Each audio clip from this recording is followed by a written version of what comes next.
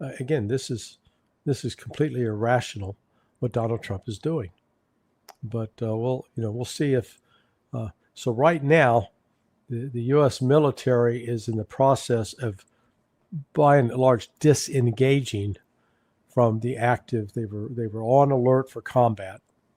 Now they're generally disengaging, but they could turn. The orders could be countermanded, and they could be turned around and say, "Okay, we're going back. We're going to ramp this back up." Yeah. I don't know why are they doing this. Have you heard General Wesley Clark talking about the invasion of Hark Island again? He said the only solution for this, for the case of the Strait of Hormuz, is the invasion of the Hark Island. They can get there, they can bring, or they can produce some sort of leverage, then they can liberate or somehow open up the Strait of Hormuz. Yeah, it's just batshit crazy stuff. I don't know how he can say that. I mean, it's just, how do you get the troops there? How do you get them resupplied? And then from Hark Island, how do you get them from Hark Island to the mainland? And how many? I mean, just what number of troops you're going up against a country that's got 1 million soldiers between the IRGC, the Artesh, and the Basij. So you're going to attack them with 3,000 guys? You insane? Jesus. Yeah. Here is Larry what Wesley Clark said. Let me play it for you. They say. Iran thinks it's winning right now because they control the Strait of Hormuz. And so we don't know exactly what targets were struck last night, but the reports say that the majority of them were targeted against Iranian assets that would be used to block the Strait of Hormuz, both in the strait and then northwest up the Gulf. And so this makes a lot of sense to me.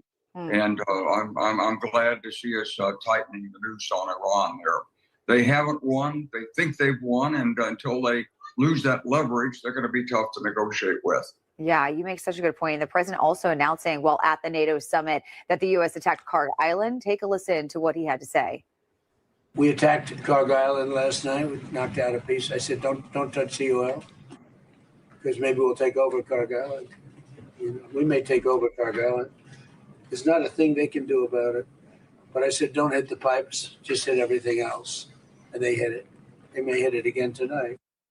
So he's floating again the idea of takeover of Hark Island, and this would be boots on the ground escalation. Do you think this happens? Is this the right move here? What do we do with Hark Island? Well, I think it's good to hold Hark Island hostage. I think it's good to be talking about it. But if you really want to move this forward, you have to open the strait. As long as you have Hark Island in your gun sights, then the Iranians have to worry about it. And it does us more value, actually, as a hostage than it does if we go in there and smash a bunch of equipment.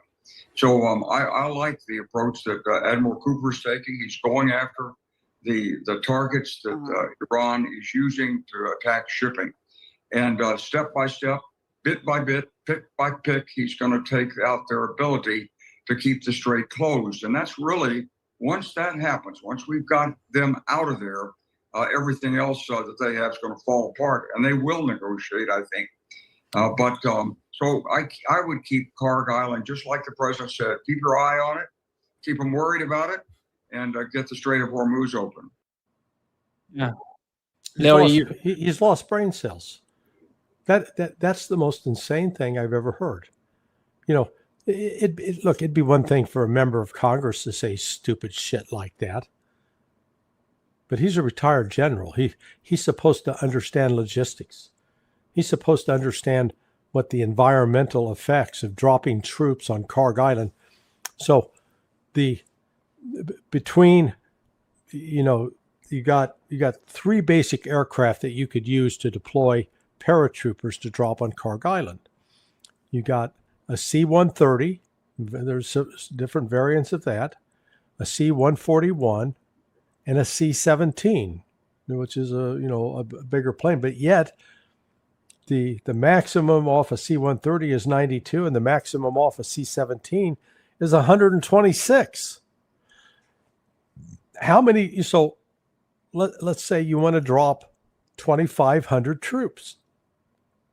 You're going to need 20 of those friggin' aircraft. I'm not even sure we got 20 in inventory.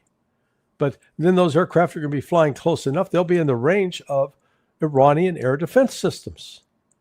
And, they're assuming, we'll suppress the Iranian air defense and our guys can get there okay. Once they get there, how do you resupply them?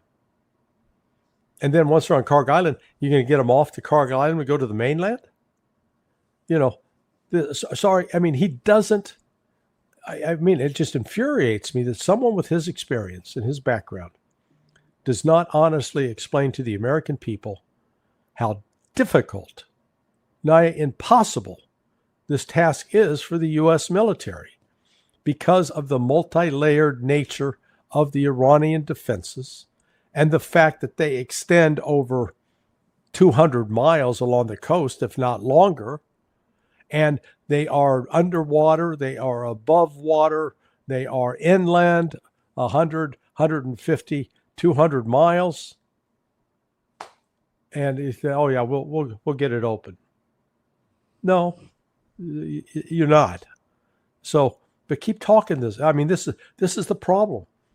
If this is someone like Wesley Clark is saying absolutely stupid, ridiculous things like this, just imagine other people who are supposedly experienced chiming in going, yeah, the general's right.